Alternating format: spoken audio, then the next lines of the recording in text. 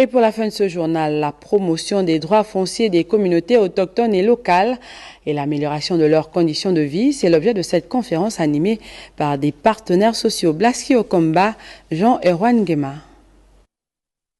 L'établissement des forêts communautaires par l'identification des villages, la formation sur le droit foncier et savoir définir les limites territoriales sont là des informations, entre autres mises à disposition à l'endroit des communautés locales et des peuples autochtones pour que ces derniers bénéficient de leurs droits fonciers. Les communautés locales et les peuples autochtones sont de plus en plus confrontés à plusieurs défis, parmi lesquels la reconnaissance et la jouissance de leurs droits fonciers. Il y a des villages qui n'ont plus d'espace et c'est surtout ça le véritable problème aujourd'hui. De vraiment revoir et de définir concrètement, jusqu'aujourd'hui c'est pas très clair pour nous, concrètement ce qu'on appelle domaine rural.